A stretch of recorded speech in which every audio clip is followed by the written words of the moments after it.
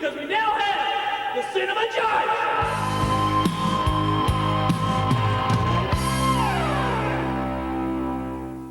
Hello, hello, hello, and welcome to the Cinema Judge. I hope my voice finds you well. To all my regulars out there, welcome back. If you're new to the show, welcome aboard. Approach the bench today, we have the film Mean Girls. Now here's the plot to the story. Cady is a hit with the plastics, an A-list clique at her new school. But everything changes when she makes the mistake of falling for Aaron, the ex-boyfriend of the alpha plastic, Regina George. Here's a trailer for Mean Girls. Oh, hell no! Bitch, move. Hey, PG-13, please. What was that? Oh Lord, it's the queen bee. Regina George. Don't look her in the eye! You could be really hot if you changed, everything. I met a guy in the summer and I left him in the street. Welcome to Health and Human Sexuality. We'll be getting into abstinence, of course, then followed by in the spring, condoms and choking. You're learning things now that I don't know how to teach. Are you okay in there? We're concerned you're either doing drugs or having a toilet baby. Ew. We as women have to be able to support each other. Get in, loser. Welcome, Cady. You're never gonna believe what I found this morning. Your burn book. Mom, go make snacks. For sure, Regina, yeah. Do you like gum? Sure. Oh, no, I don't have any. I was just... You're a mess. We will help you, Cady. Why are you dressed so scary? It's Halloween. Cady, if you don't dress slutty, that is slut-shaming us. That's just unprofessional. What? What's this? We're gonna make her pay. All we've done is make Regina hotter and revive the wet look. Dance break.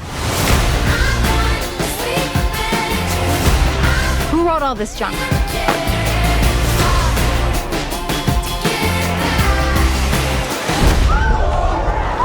Cady pushed her.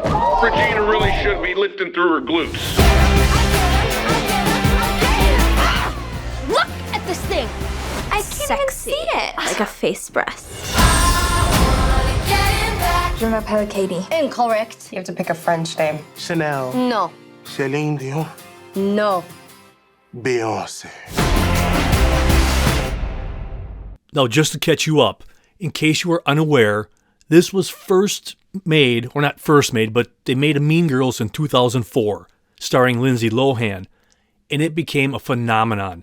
Staple amongst a generation, quoted constantly. New words were created from this movie. And the reason why they did that, they wanted to make it feel timeless so you could use it in any decade. It wouldn't feel dated if you watched it 5, 10, 15 years later, because they created their own dialogue, for lack of a better word. Tina Fey, brilliant. Just look at what she's achieved as a writer, actress, you name it. This woman is just incredible. What I wouldn't pay to sit down and talk to her, because imagine the knowledge, the wealth of information she could share with us. Wouldn't that be just incredible? And I realize somebody like that, they can't talk about all the stuff that she's done. But my word, what an incredible talent. Because not only did she write that movie, and she starred in it, she also then made it into a play, a musical. And this movie's kind of a version of the musical. And an interesting little fact that's not said anywhere in here, but I heard somewhere else, they specifically didn't promote it as a musical. You can see in the poster, there might be a note on the poster there somewhere, but they know musicals are treated differently. They have a different perception. People perceive them differently. So they might approach it differently. They might not even see it if they know it's a musical. So they hid that little note. Sorry, I didn't even try to do that. But they hid that little note. They didn't necessarily hide it, but they didn't just come out and say, "Waha, it's a musical." They said, "Mean Girls, check us out." And then when you get there, you're like, "Oh, I could appreciate it for what it is." They did do it differently, and they have new terms, new dialogue, new things to make it more current for this generation, and that's not easy to do. So during the show, we're going to have several featurettes, along with interviews too. But in these featurettes, There's movie clips, on-the-set footage, intertwined with interviews. So if you ever want to, in a couple days, this will be online to watch whenever you want, on demand, 24 hours a day. Because I always make this a TV show first, then I do this as a podcast. So if you want to, they have some really fun footage. But one other side note, in these featurettes, every once in a while, they use little snippets of a long interview that you're going to hear later on that they just put together just to fit that particular moment. I just wanted to let you know so that you don't think I'm just being a lazy bum. But that's what you're going to hear, a little redundancy sometimes within the featurettes and or the interviews that follow them. Without further ado, our first featurette, we're going to have people talking about the impact of the original. First, you're going to hear from Tina Fey, Renee Rapp, Angourie, Christopher Briney, Auli'i Cravalho, Jenna Fisher, and Jaquel Spivey. So I'm just going to let it rip. In 2004, we made the original Mean Girls. Get in, loser! Over the years, I've realized that these characters and this story have had a much longer shelf life than anyone anticipated. Shut up!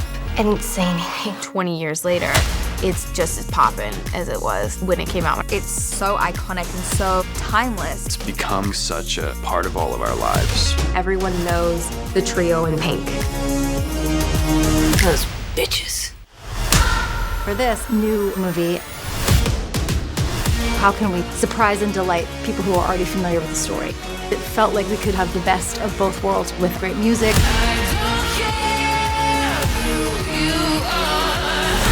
Look at this thing! New jokes. I can't even see it. Like a face breast. And the look to be updated, but also nods to the original. That is so fetch. What is fetch? It's like slang from an old movie. They nailed the comedy. I like your shirt. Thanks. It smells like sausage from the last time I wore it. All of these characters are familiar. This fall, we will be getting into abstinence, condoms, and choking.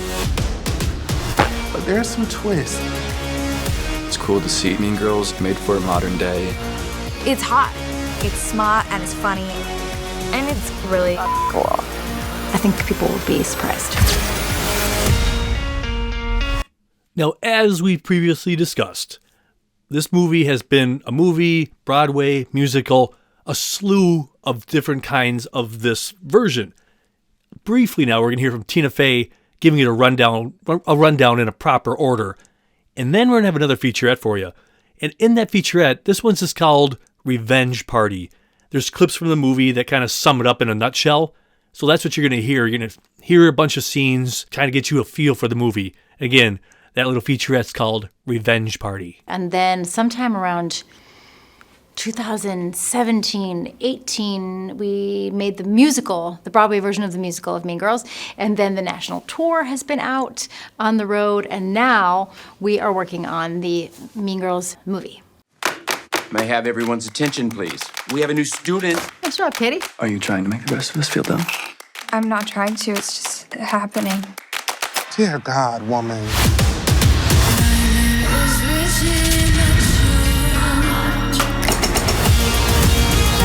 Get in, loser. Regina George is a scum-sucking life ruiner. Why is he by our table? I can hear you, by the way. Can you hear me now?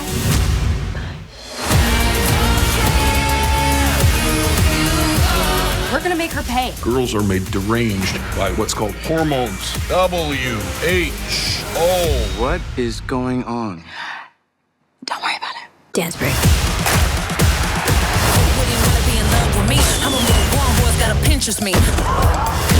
Why is this so tight? I mean, you've had it since the 6th grade. You're probably maturing. It's funny how the mean girl opened all the doors. I've been told y'all I'm the best Regina George.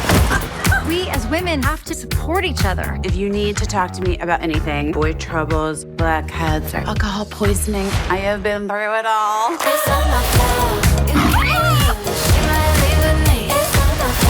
Rachel Hamilton fills her inhaler with vodka. Oh, that's how you use it. Slay, queens. Slay like no one's watching. But everybody's watching. Because you're gorgeous. Haley Freilinger has, what's this? Hairy nips. Good Lord. And by the way, that was Tim Meadows in there, and you also hear John Hamm. This movie does have a lot of stars in it, and it's just a lot of fun. Now, coming up next, we're going to hear from both Tina Fey and Lorne Michaels.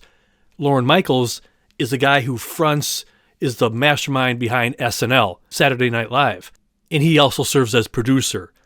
You're going to hear from Tina Fey talking about where they are now, and I think it's safe to say we could call it the Mean Girls universe. Since it's so sprawling, I think that's a safe term. What do you guys think? And then also Lorne Michaels talks about how this movie is the same as the other, but also different. And then we have a featurette.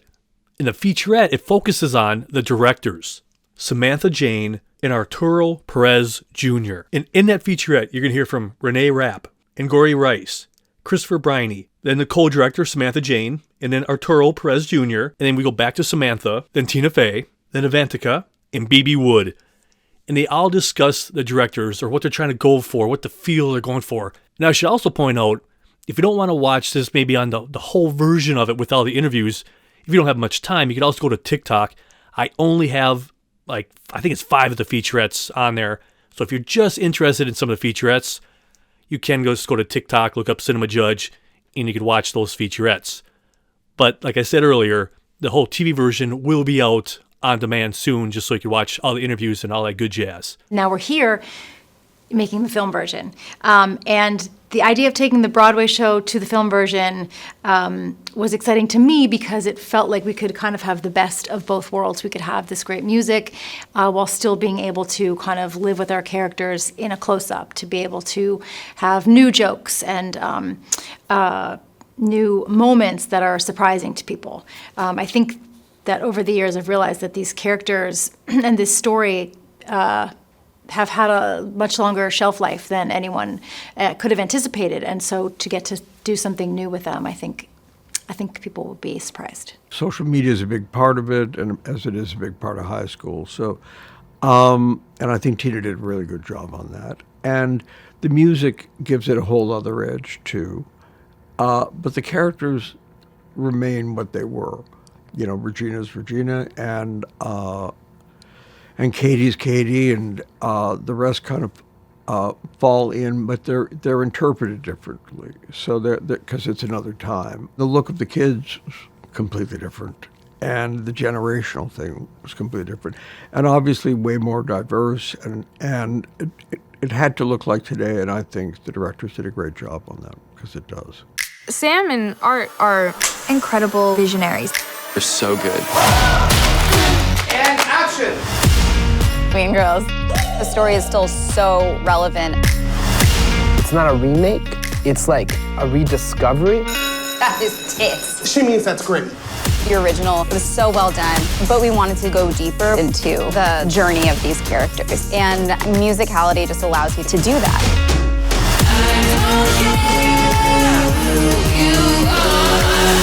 They know how to shoot music really well and with like a fresh take. Killed it, girl! They wanted it to feel like something we had never seen before.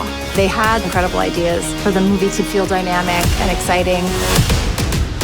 Every take and every scene, they come in with so much energy. A power dynamic. They're amazing. Creative geniuses, to be honest. So true. This movie, it's a good time. It's super fun. The audiences will really enjoy it.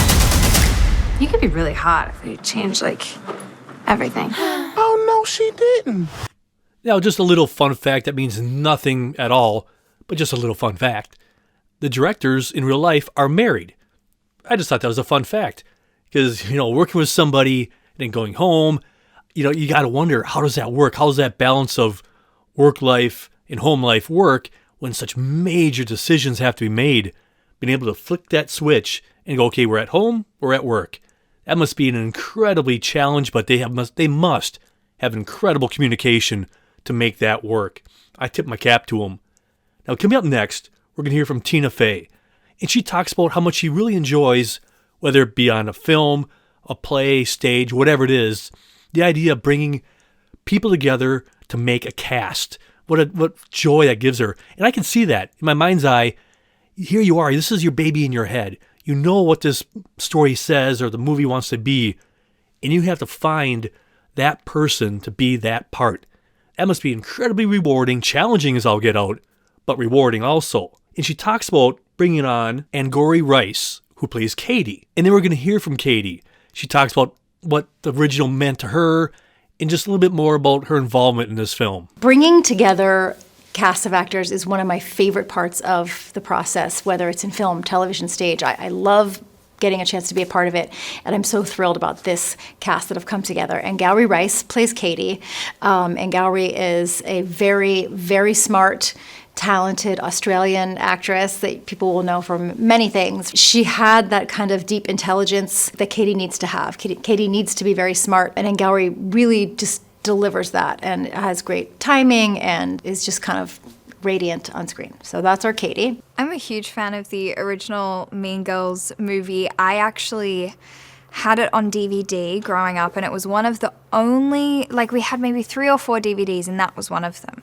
And my sister and I, we had this little portable DVD player, so when our parents would, go to work, we'd sit in the corner and watch Mean Girls on this DVD player. So some of my earliest memories are of watching Mean Girls just over and over and over again. And when you watch something that many times when you're that age, it just gets stuck. I loved working with Tina. She's incredible.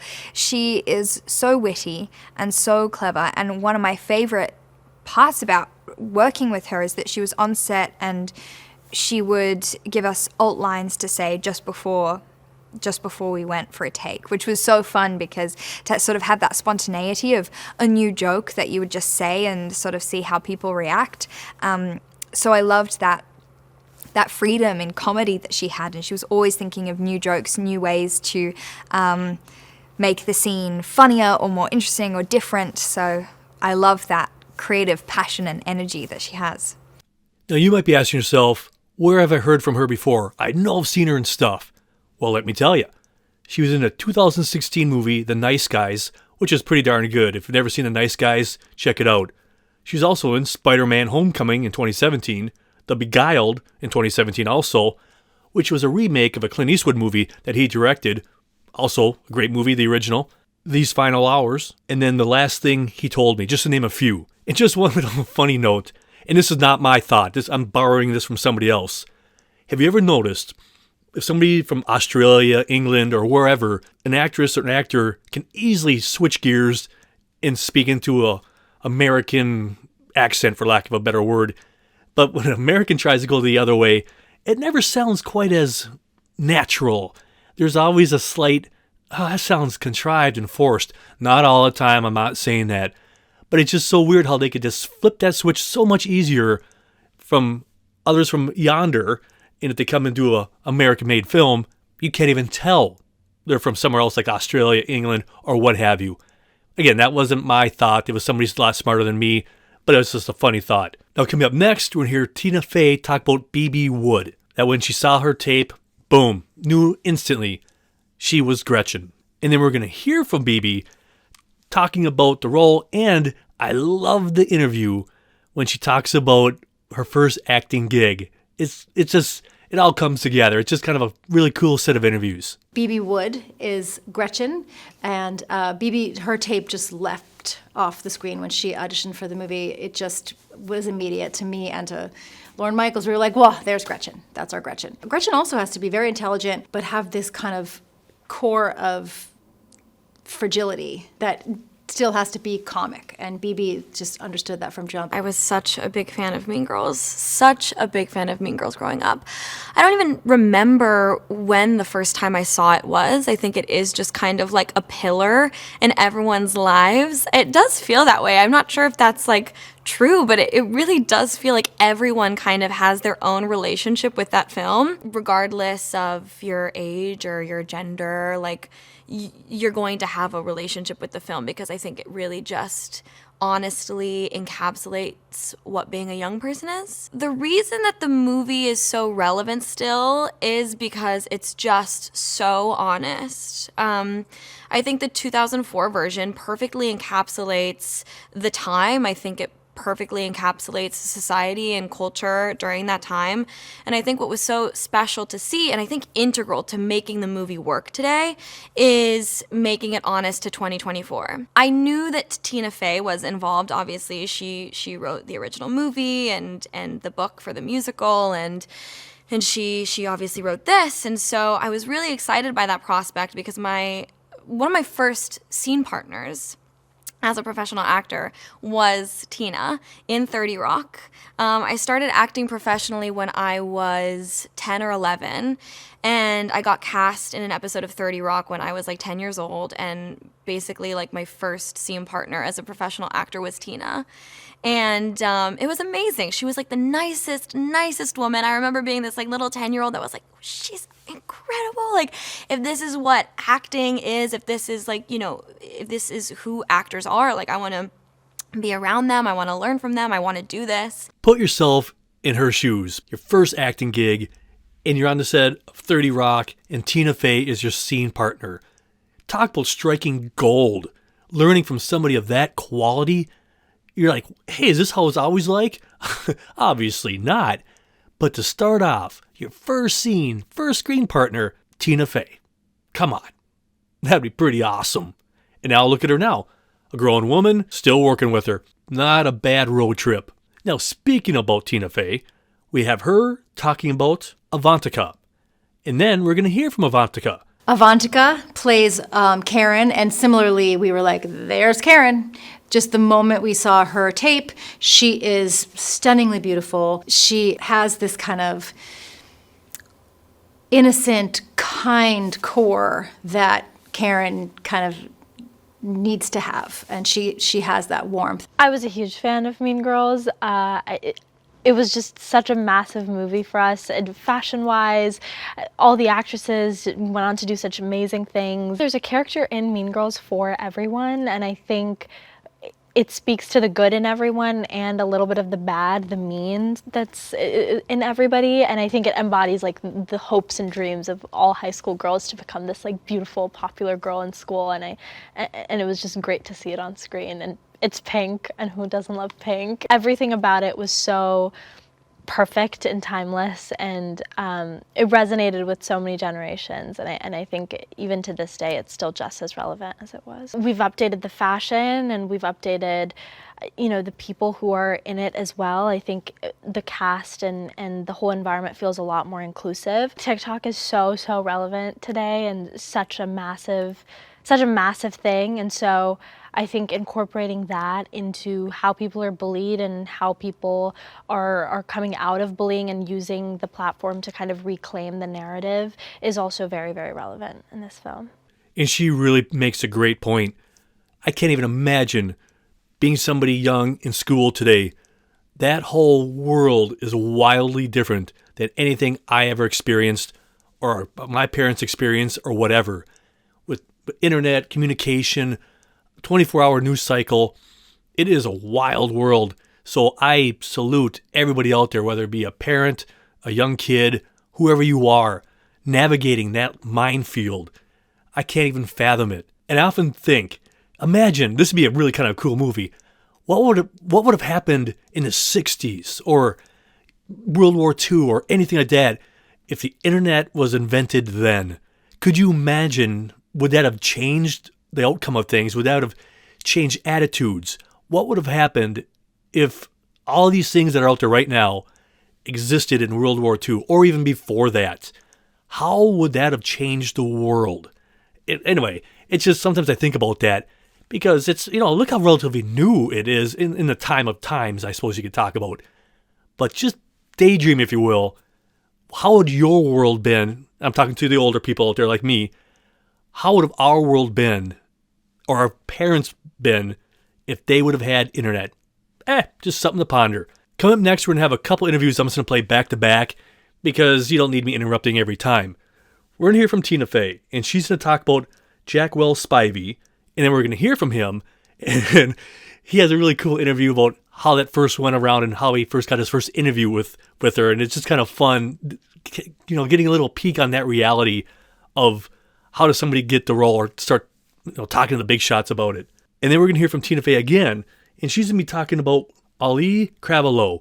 And then we're going to hear from Auli'i. Jaquel Spivey is playing Damien. I had seen Jaquel in Strange Loop on Broadway and immediately thought, like, this guy's incredible. He's carrying this whole show. It will be a surprise to no one that he's incredibly talented and hilarious. And also has that kind of the warmth underneath Damien that you hope for him to have. Damien really does care about his friend Janice. He cares about his friend Cady. And so, yeah, Jaquel's amazing. I was told by my team that Tina Fey wants to talk to you. And I was like, oh, I love a little prank. I love a little joke. I'll go along with it. And I joined a Zoom call, and Tina Fey was sitting right there. And she started telling me about the project and seeing if I had any interest, which I definitely did. Auli'i Cravalho is playing Janice, and she is awesome. She is also one of the most, I don't know if you say telegenic, if it's for film, she's cinegenic, but she is one of the most beautiful actors on screen. Her face is just, you could just watch dailies of her for hours.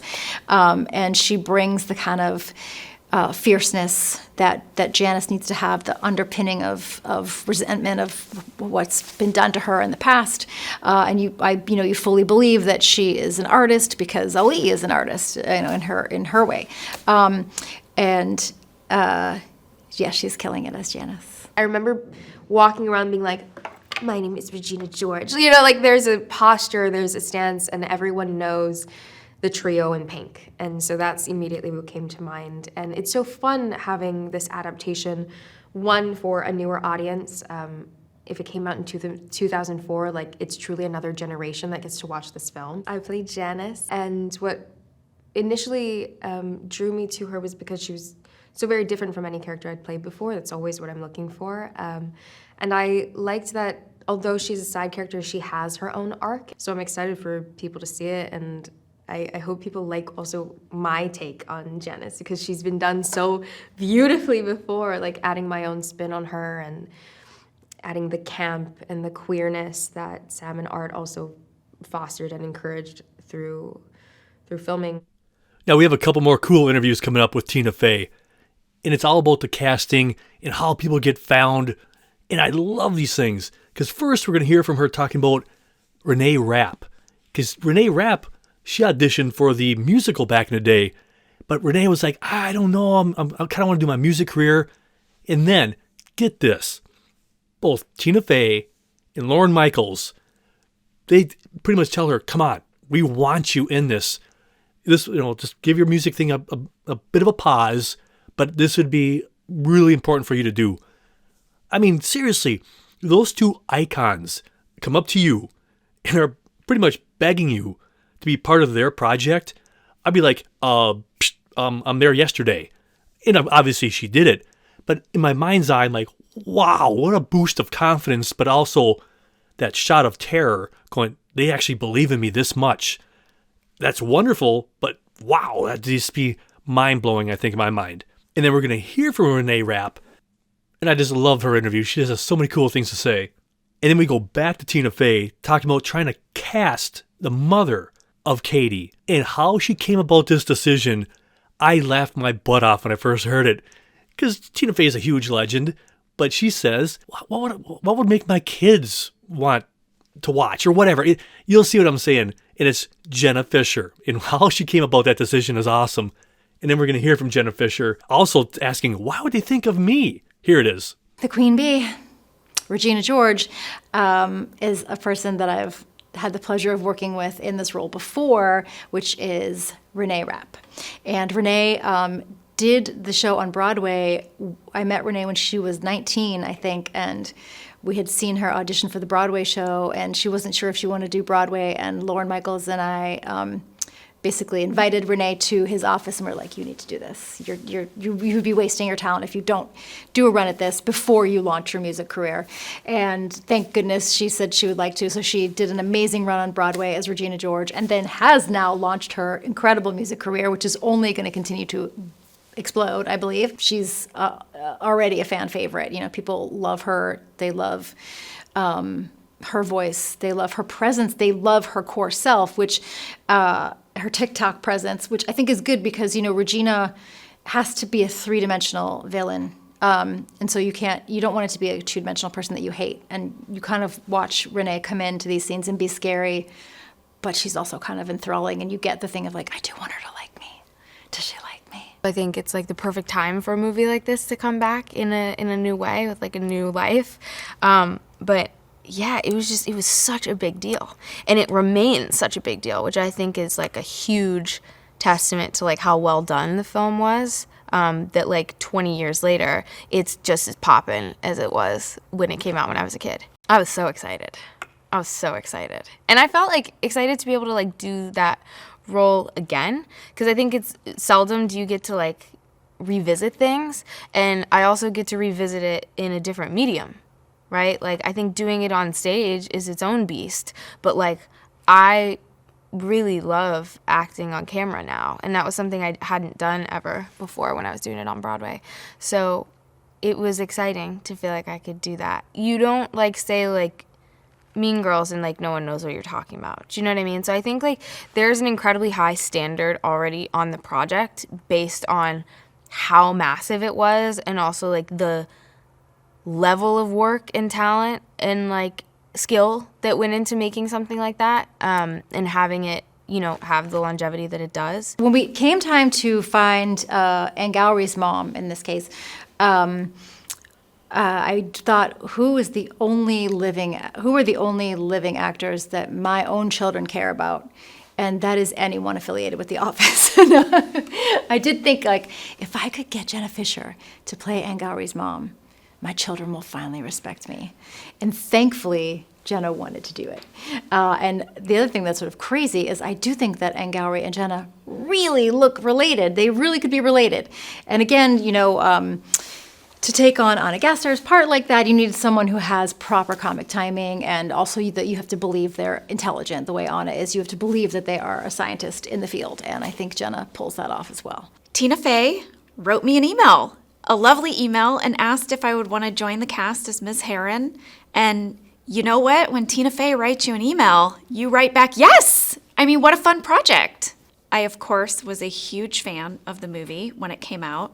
I've seen it multiple times, and so this is super exciting for me. It's funny, when they offered me the role, I thought, why did they think of me for this? You know, it's been a while since I've been on camera. I wonder, why did I pop in their minds? And then I Googled Angourie, and I was like, oh, that's why. We look identical.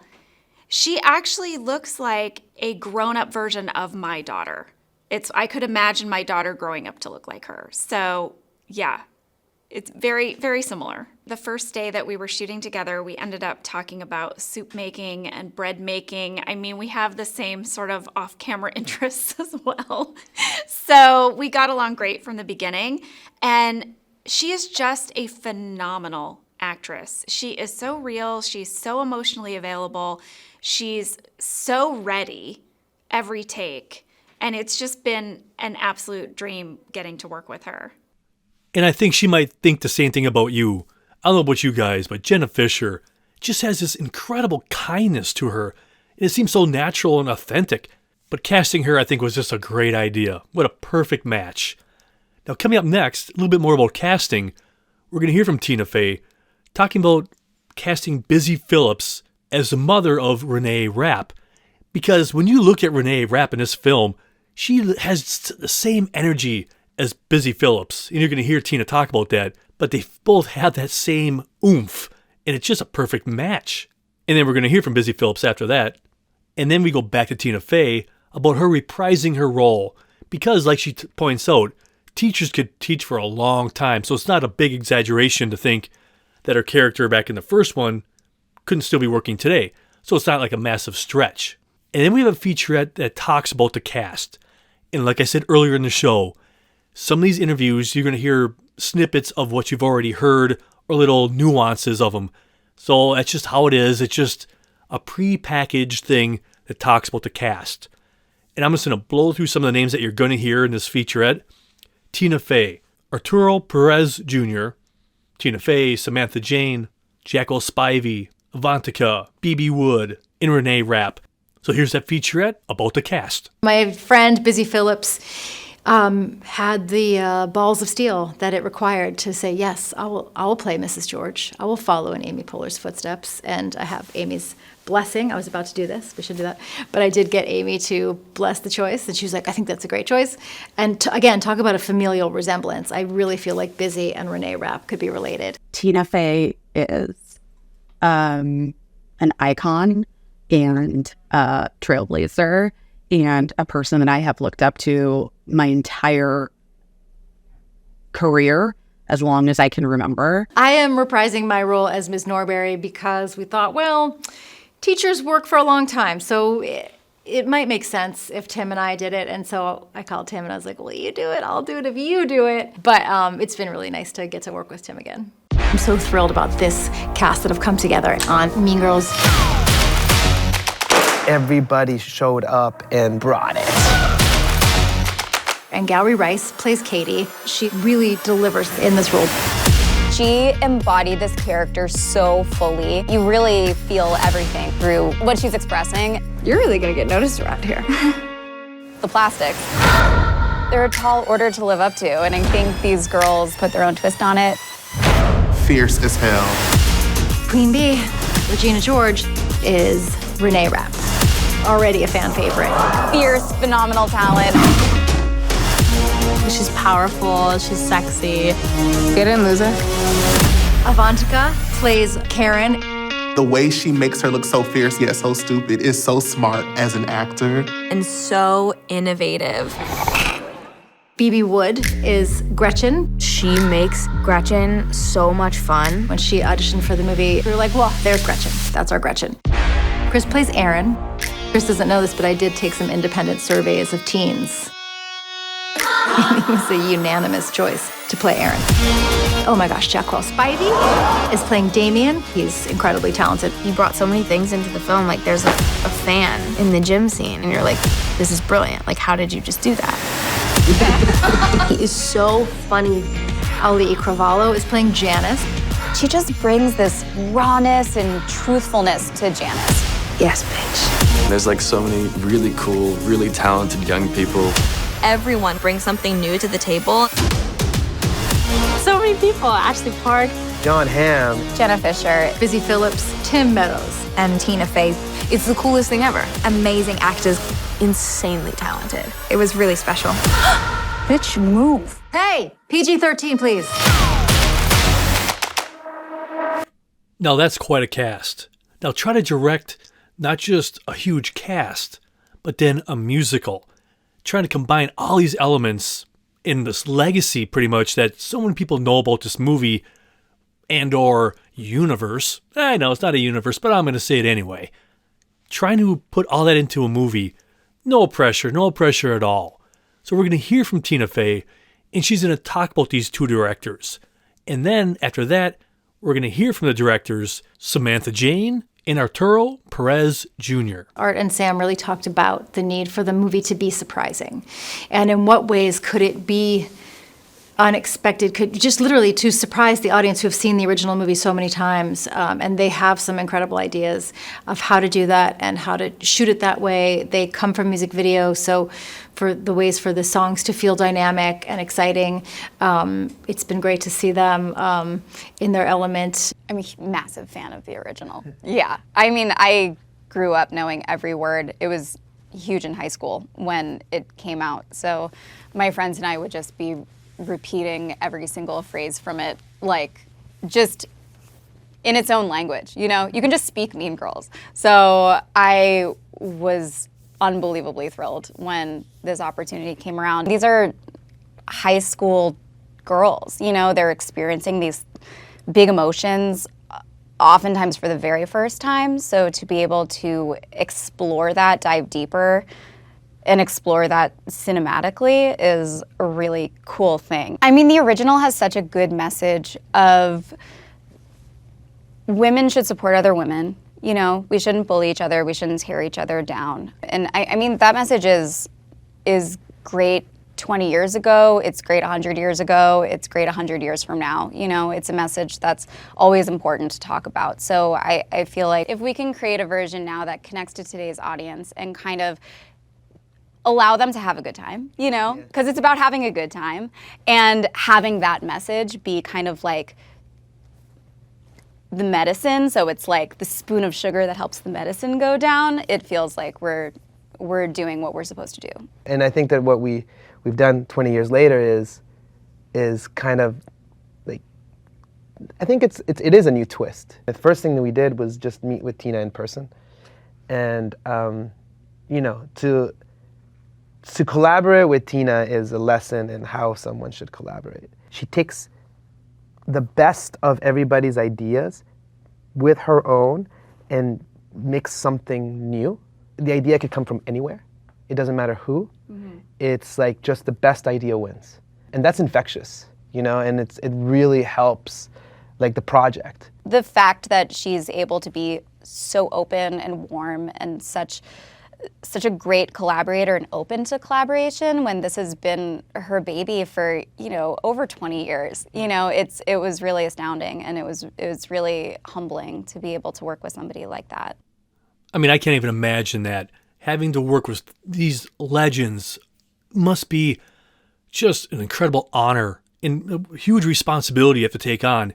Because again, it's not just a movie, it's a musical with massive dance sequences. So you got to really pay attention who's your choreographer. So finding the right choreographer is essential.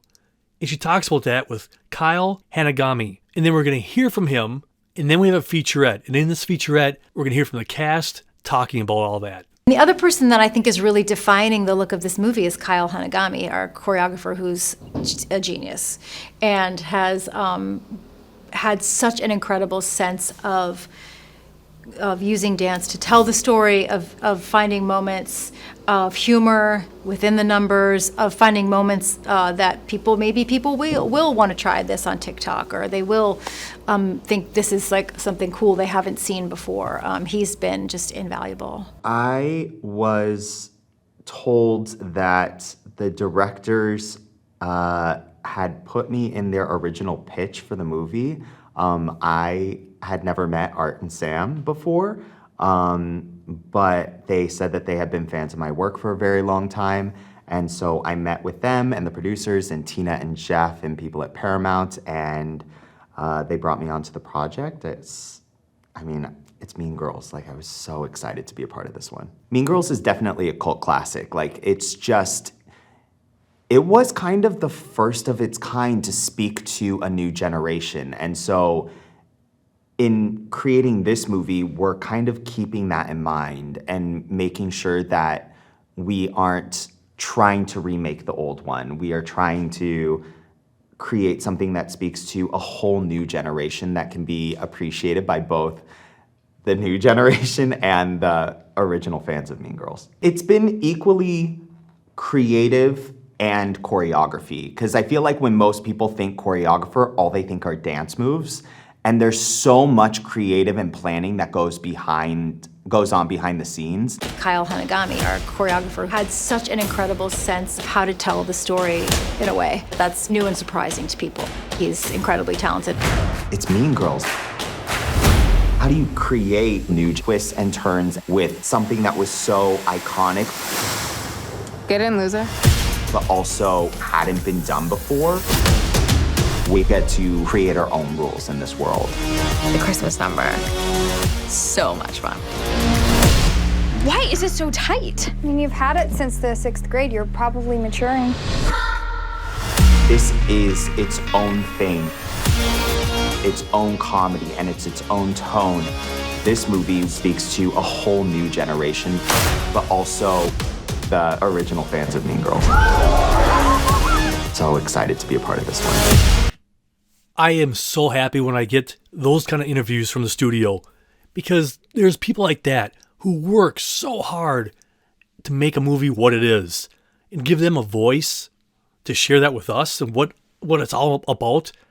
I love it. I love hearing about that, and that these people who are often forgotten about in the normal, I'm doing air quotes here, guys, in normal world, but the people who make that dance sequences happen are highly trained people, and I'm just glad that the studios give interviews like that to people like me to share with you so you get to real appreciate all that's involved in making a movie like this. Coming up next, we're going to hear from Tina Fey, and she just talks about what she hopes people get out of this film. I think people are going to love this cast, and I hope that people will find moments where they're like, oh, I didn't expect that. So what do you guys think? Is this a movie that you want to see? Might want to rent? Did I represent it properly? I would love your feedback.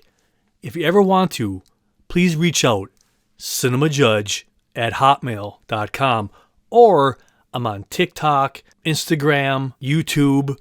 I love hearing you guys from YouTube. But here's the deal. The deal with YouTube is sometimes this, not all the time, and I'm not trying to be, that guy, but every once in a while there's copyright issues for whatever reason on YouTube. So the version here isn't always the version you get there. So if you want the pure, uncut version, always listen to it on your podcast version. Whether it's whatever platform you have, go to wherever podcasts are at, you will always get the uncut version. But every once in a while, if you go to YouTube, which I love putting it there because you actually see it, sometimes certain companies won't allow it. Like this one, we'll see what happens with all the featurettes. I hope it can be shown, but every once in a while, there's restrictions, so let's hope not. But anyway, my point is this. If you want to get the full show, listen to it on a podcast platform, because I really love listening to how you listen to the show. Some of you guys listen to it maybe 2 weeks later, 2 months later, or maybe you listen to it the day it drops, or while you're at work, on break, driving to work. It's so fun to hear how you listen to the show, because here I am. I'm sitting in my basement in the middle of the night, and you might be listening to this, 2 years from now. I don't know. But what I like to do is I give a shout out to everybody who listened to the last episode. But here's the rub. This shout out goes only to people who listen to it on a podcast platform. If you listen to it on YouTube, you don't get a shout out. And I apologize because that's just impossible to track. And if this is only for the last episode, it's not all you wonderful people who take your time to listen to old episodes. And there's a couple episodes out there, guys, that you guys listen to in droves almost every day. And I'm like, wow, I'd love to thank you guys, but it's impossible to find out who you are or where you are. Don't think for 1 second I don't appreciate that. Because when I see something like that, I'm like, wow, whatever it is about that episode, people love. So if you want a shout out from where you are, listen to the newest episode, and then on the next episode, I'll give you a shout out. Because I can't grow if I don't know. So your feedback is greatly appreciated. And like I said earlier, I often put film clips on TikTok. So if you ever go to TikTok, look up Cinema Judge, and I sometimes put up there little snippets of the show. Or if you ever want to talk real time, if you ever go to the metaverse, go to Horizon Worlds, because I'm often there. Look up Cinema Judge. Every time, not all the time, but when I'm there sometimes, I go to a place called Ace of Clubs, laser tag. It's such a blast. We sit there and just float in the air and laser tag each other. Check it out. Ace of Clubs, laser tag. We could talk movies or not talk movies. I don't care.